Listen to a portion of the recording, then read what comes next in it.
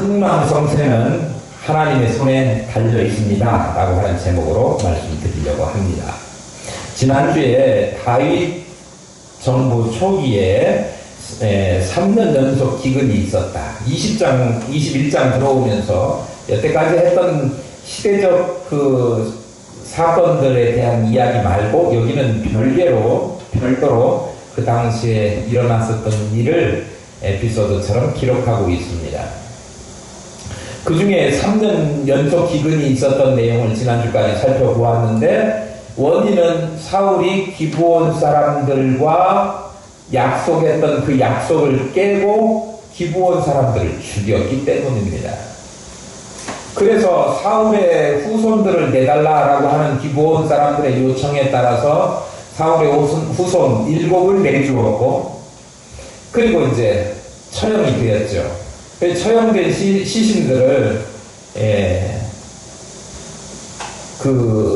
모으고 또 그 다음에 그 시신들을 바위 아래에서 돌보고 있던 그 어머니에게 감동을 받아가지고 다윗이 그 전에 블레셋하고 길보아 전투에서 죽었던 사울하고 아들 요나단의 시체, 그것까지 가지고 와서 누구의 아버지 묘에다가 함께 합장을 한 다음에 하나님께서 그들의 기도를 들으셨다. 다시 말하면 3년 기근이 해소되었다 라고 하는 이야기를 우리가 살펴보았습니다. 오늘 그 다음에 이어지는 내용인데요, 오늘 처음 본문이 어떻게 시작하느냐 그러면 블레셋 사람이 다시 이스라엘을 치건을 일으킵니다. 다시 이스라엘을 쳤다라고 하는 이야기는 그 전에도 이스라엘을 공격해왔다 그런 이야기잖아요. 공격해왔는데 그 일이 있은 다음에 또다시 블레셋이 이스라엘을 공격해왔다. 그러니까 이 때를 짐작해보면 언제쯤 될 것 같아요? 다윗이 왕권을 잡고 초창기에 블레셋과 또 다른 이방 민족들 그 사람들을 어떻게 했어요? 정복했지 않습니까? 초창기 정복 시절에 블레셋도 공격을 해왔는데 블레셋의 공격을 무찌르고 역으로 거꾸로 블레셋을 쫓아가가지고 그들을 정복하고 그런 일들이 있었던 시절 같아요. 그러니까 블레셋 사람이 다시 이스라엘을 치거늘 이라고 하는 이야기는 초기에 블레셋이 이스라엘을 2번 공격해왔을 때, 그리고 또 다윗이 역공했을 때 그 전쟁을 치른 그 다음 어딘가쯤 될 것 같아요. 그래서 블레셋 사람들이 이스라엘을 공격했는데 블레셋의 공격을 받자 다윗이 부하들을 신하들을 이끌고 다시 전쟁을 하러 나가게 될 겁니다.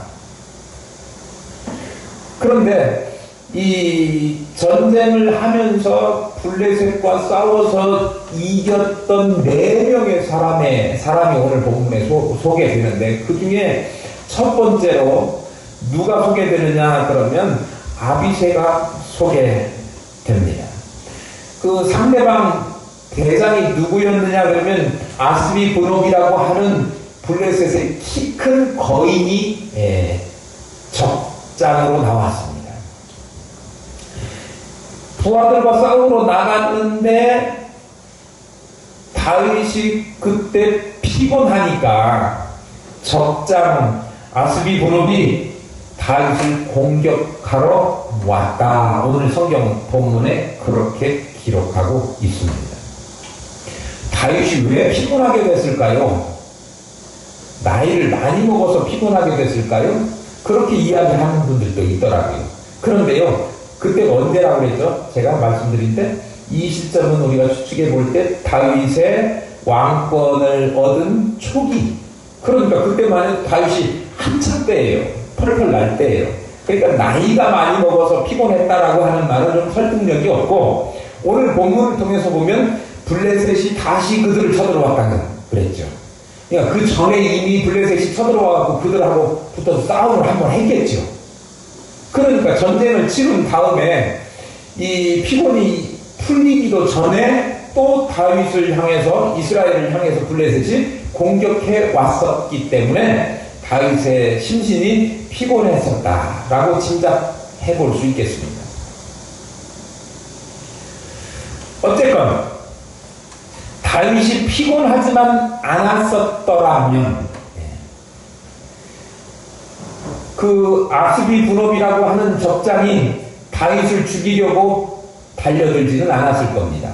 다윗이 피곤하니까 아스비 분업이 다윗에게 와가지고 다윗을 죽이려고 하는 위험한 상황이 된 거예요. 한바트로면이 사투리인가요? 하마터면 다윗이 죽을 뻔했습니다.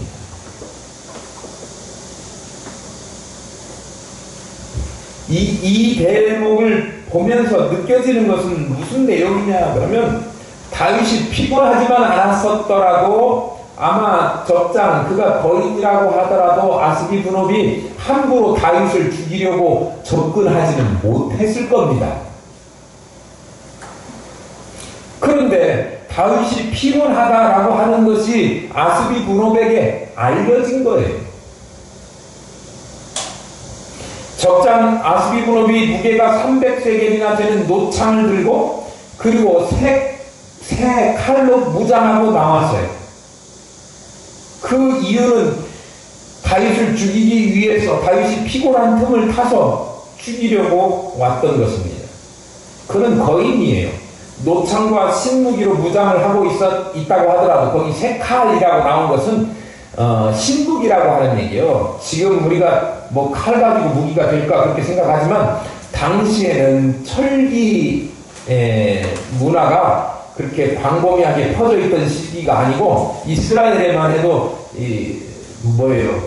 철로 만드는 그런 쇠별이다 그런 말 하죠. 그런 기술이 없어가지고 어디 가서 플랫색 가갖고 별이 오고 그런 일이 성경에 기록되고 있는 시대 아닙니까? 그러니까 블레셋 사람들이 가지고 나온 새 칼은 대단히 이스라엘 사람들에게는 위협적인 신무기란 말이에요. 겁나는 무기죠. 그런데 아무리 그들이 그런 것을 가지고 왔다고 할지라도 다윗이 지금 피곤한 상태만 아니라고 하면 함부로 아스비 분업이 쳐들어오지는 못했을 거예요. 왜요? 전력이 있잖아요. 과거에 아무 힘도 없고 키도 작고 무기도 변변치 않고 돌멩이 몇 개 갖고 와가지고 그것 가지고도 자기 중에 가장 힘이 세고 싸움 잘하는 두목을 내세웠는데 그게 누구예요? 골리앗이잖아요. 골리앗. 힘 세고 위협적인 상대 그러면 우리가 상징적으로 골리앗이라고 이야기하는데 그만큼 이 골리앗 같은 무적, 천하무적도 다윗이 한 번에 제압해버렸으니까 다윗에게 함부로 접근해서 그를 죽이려고 하는 마음을 쉽게 먹지는 못했을 거예요. 그런데 다윗이 기운이 빠졌어. 피곤해. 정신 못 차리고 자고 있어. 그 사실을 안 적장 아스비 분업이 무기를 가지고 왔다 이거예요. 하마터면 다윗이 죽을 뻔했습니다. 적에게 피곤하고 지치고 약한 모습을 보여준 것이 잘못된 거죠.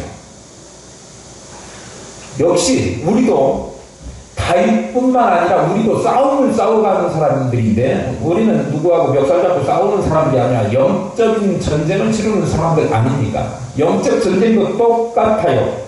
상대방에게 우리의 약점을 보이고 만다면 그것은 우리에게 있어서 큰 위험이 될 수 있는 것입니다. 그 약점을 노리고 교묘히 공격해 올 것이기 때문에 그래요.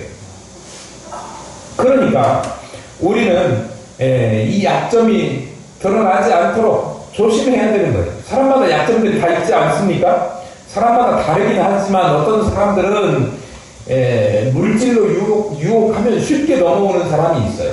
아무리 무슨 원리 원칙 그런 것이 있다고 하더라도 그 사람한테는 돈만 가지고 가면 그런 거 다 무시하고 그냥 해결되는 그런 사람들이 있잖아요.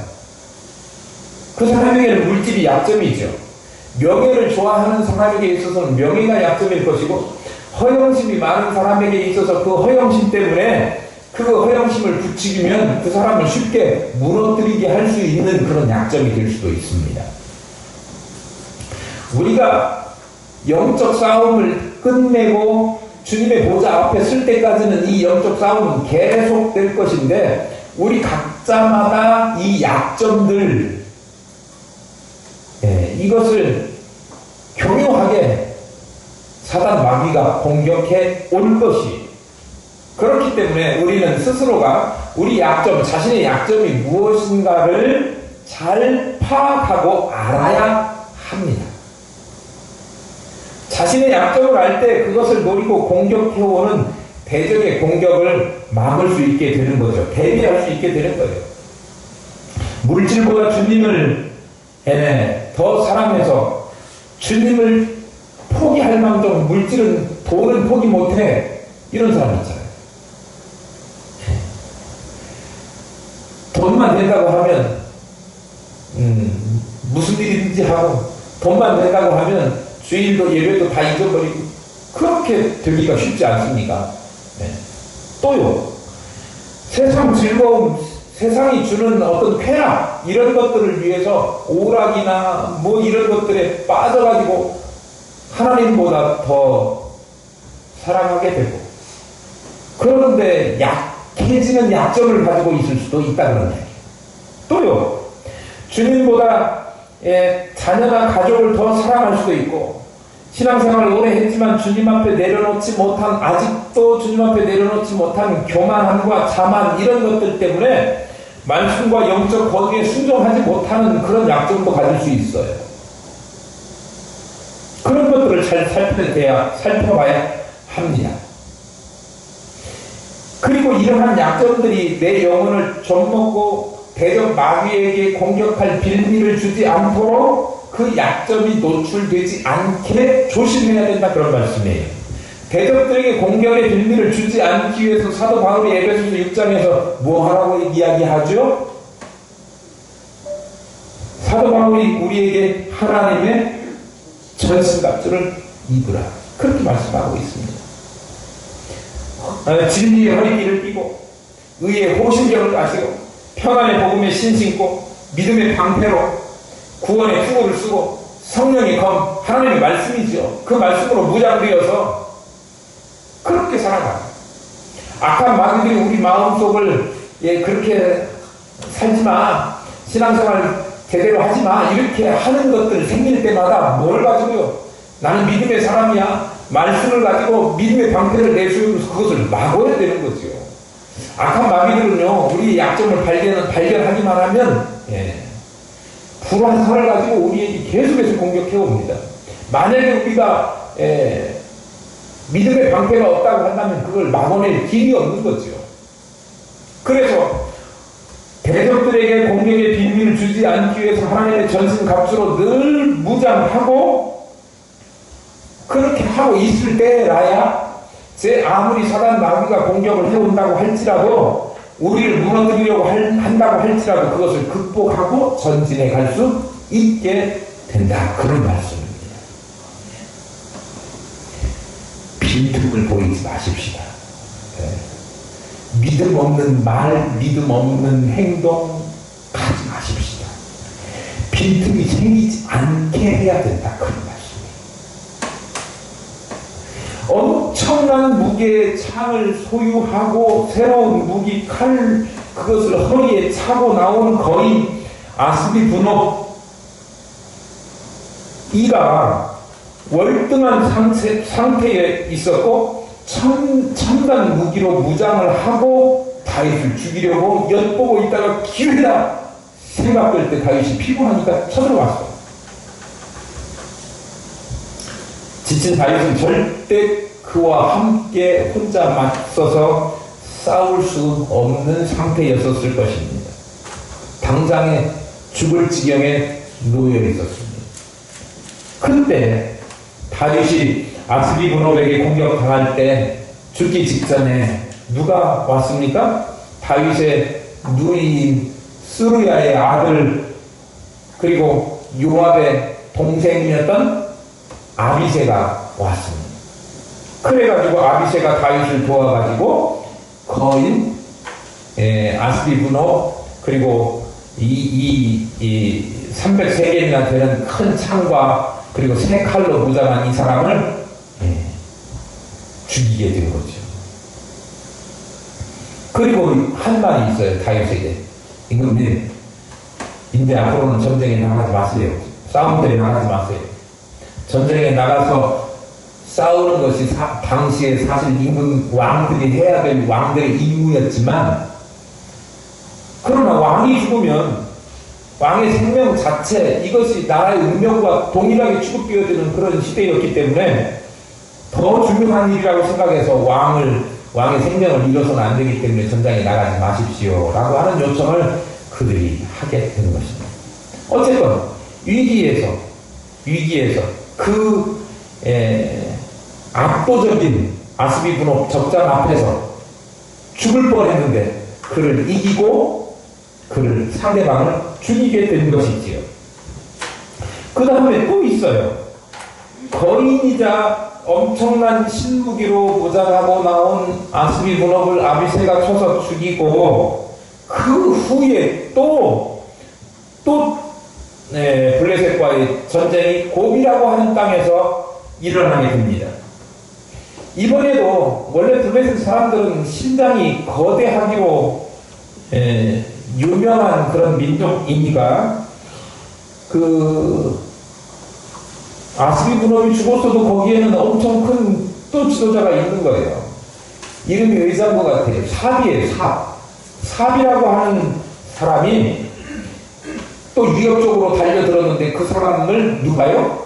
시브게라고 하는 사람이 죽입니다.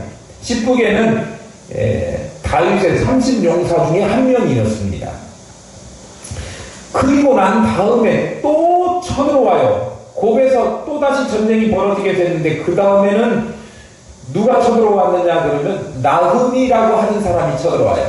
나흠이는 누구냐 그러면 예전에 이 이스라엘 사람들에게도 좀 알려져 있는 사람이죠. 좀 알려진 게 아니라 그가 이스라엘 그 다윗하고 싸워서 죽었으니까 모르는 사람이 없죠. 누구냐 그러면 골리앗이라고 하는 사람의 동생이에요. 골리앗 사람의 동생 나흠이가 또 쳐들어와요.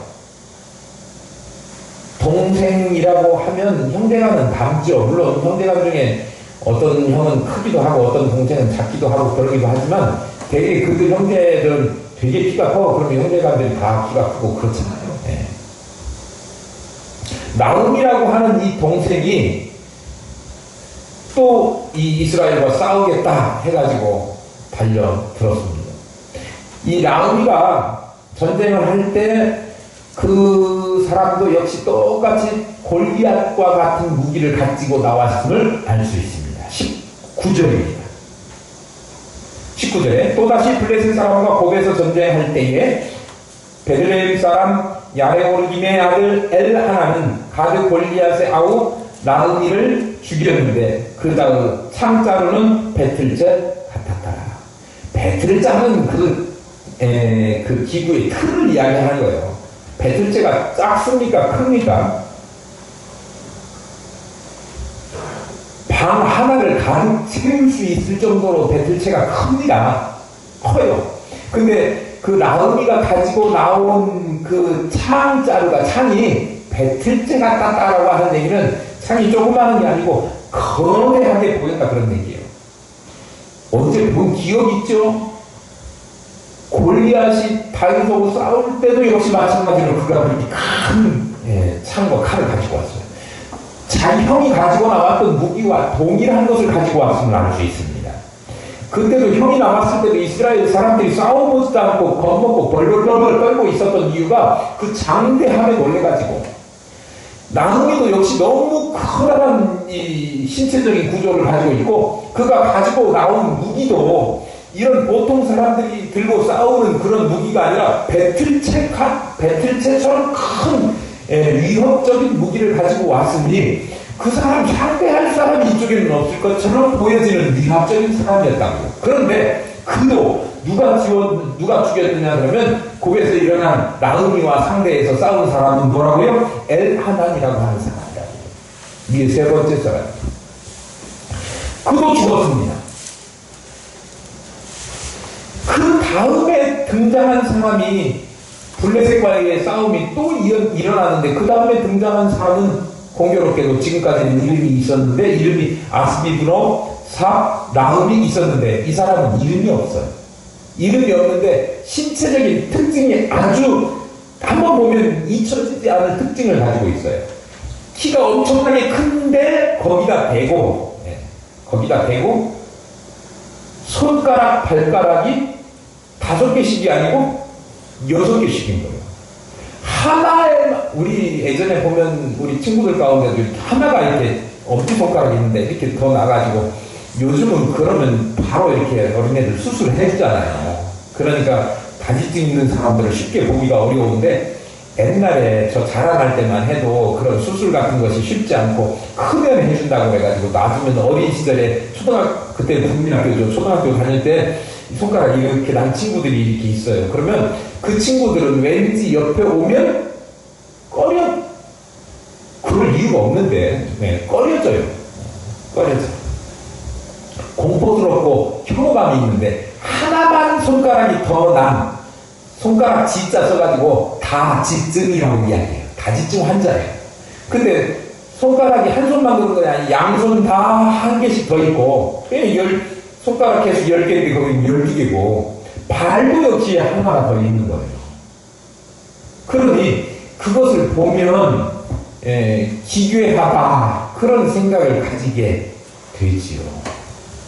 사람 외모 갖고 막 함부로 말할 것은 아니에요. 근데 그 당시에 이스라엘 백성들이 느꼈던 그 느낌이죠. 혹여 신체에 좀 다른 사람하고 좀 특징이 좀 다르고 신체가 젊다든지 이런 거 가지고 우리 성도들 중에는 그거 흉보고 그런 분 없잖아요. 옛날에는 그런 일이 좀 있었어요. 어저께 텔레비전 보니까 요즘 올림픽 일본에서 하고 있지 않습니까? 그런데 그 여자 양궁의 안산이라고 하는 선수가 3관왕이 했더라고요. 근데 이 여자 양궁 선수가 머리를 좀 짧게 깎았다고 그거 가지고 페미니스트니 또 남성 혐오주의자니 이런 식으로 해가지고 막 공격을 한 사람들이 있더라고요. 운동선수가 머리 짧게 깎는 거 저는 괜찮다 생각하는데 왜 그거 가지고 흉보고 뭐라고 하는지 모르겠어요. 그 외모 가지고 뭐라고 할 건 아닌 것 같아요. 올림픽 이야기가 나왔으니까 어제 축구 하면서 정말 아쉽더라고요. 대구는 일본하고 통쾌하게 이겼어요. 정말 손에 땀을 쥐고 혼자 박수 치면서 봤는데요. 어찌됐건 외모를 가지고 다른 사람을 함부로 하거나 이렇게 하는 일은 없어야 되는데 당시에 이 사람의 외모는 너무나 특이하고 이것이 상대방에게 너무 위협적으로 보이는 거예요. 키도 크게다가 손가락이 이렇게 괴물처럼 보였다 그런 이야기죠. 그러니까 그 신체적인 외모에서 풍기는 거대함과 혐오스러움과 이런 것들은 공포로 그들이 다가와가지고 이스라엘 백성들이 싸울 전의를 상실하게 하기에 충분했습니다. 그런데 그가 이스라엘을 향해서 달라들었지만 그럼에도 불구하고 다윗의 용사 중에 요나단이 있어요. 삼마의 아들이라고 하는데 사울의 아들 요나단과는 동명이인이지만 다윗의 형이에요. 다윗의 형 삼마의 아들 요나단이 나가가지고 그를 또 죽이게 된 것입니다. 블레셋 장수 4명 다 죽게 되었습니다. 22절 이 4사람 가드의 거인 중의 소생이 다윗의 손과 그의 부하들의 손에 다 넘어졌다. 다윗은 피곤했고 다윗의 용사들은 신체나 또 무기면에 있어서 상대에게 비교도 안 될 만큼 열악한 것이었고 그럼에도 불구하고 상대적으로 최강이고 더군다나 공포스러움과 아주 접근 불가의 그러한 인상을 가지고 있는 그들이 첨단 무기로 무장을 하고 왔다고 할지라도 그들이 다 패하고 죽었어요. 이스라엘 백성들이 이긴 겁니다. 블레셋 사람들은 당시 팔레스틴 지방에 있어서 어느 민족도 따라올 수 없을 정도로 발달된 철제 문화하고 신체적 특징이 있는데도 불구하고 장대한 사람들인데도 불구하고 사람들이 생각하기에 그 사람들하고 붙어서 싸운다는 것은 아이고 싸워봤자요 무모한 짓이야 그렇게 생각할 수밖에 없는 일인데 그들과 싸워가지고 이겼다 그런 말씀이에요.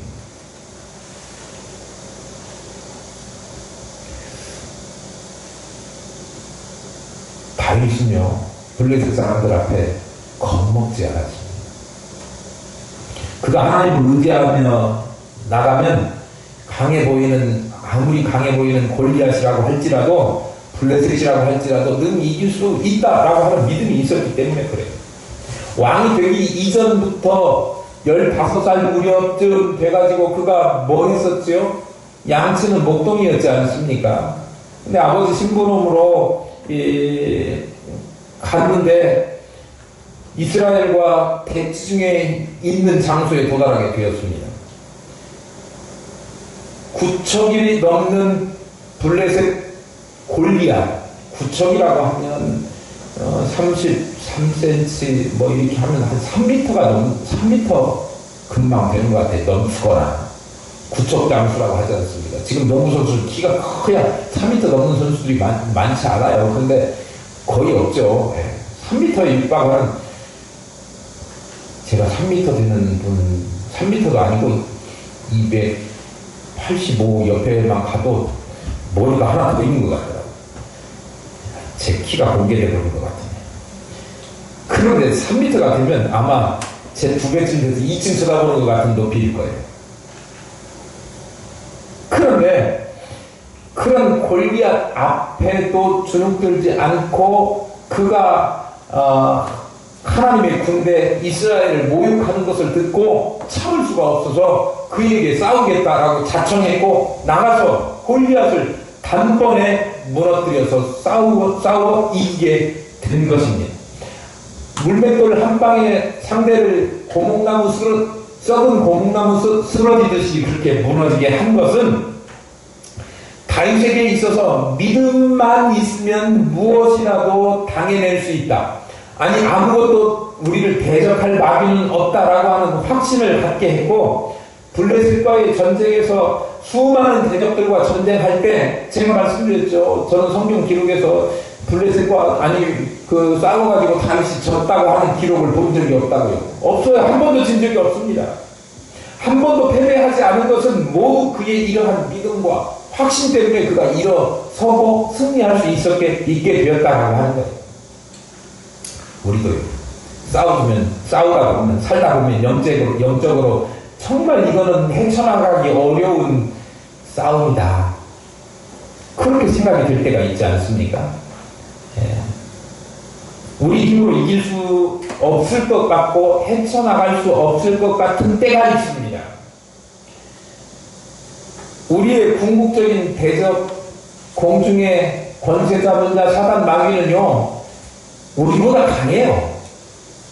훨씬 강합니다. 대적하기에 상대가 안 될 정도로 강하고 위협적인 존재예요.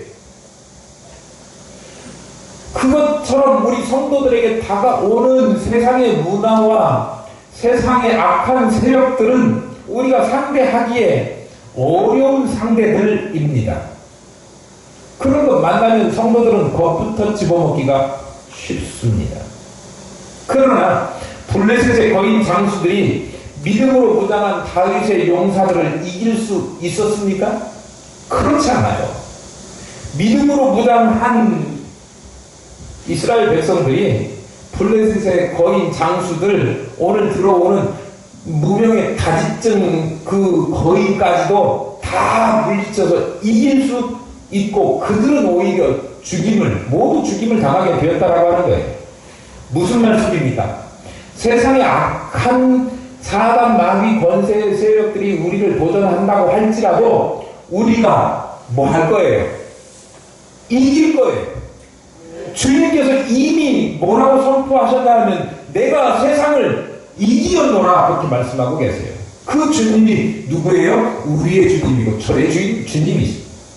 주님께서 선포하신 승리가 우리에게도 이미 주어진 싸움을 우리가 싸우고 있다 그런 이야기예요. 세상이 아무리 강적이라고 하더라도 우리를 대단한 원수마귀가 아무리 우리를 위협적으로 다가온다고 할지라도 우리가 그걸 능히 다 이겨나갈 수 있다 그런 말씀이에요.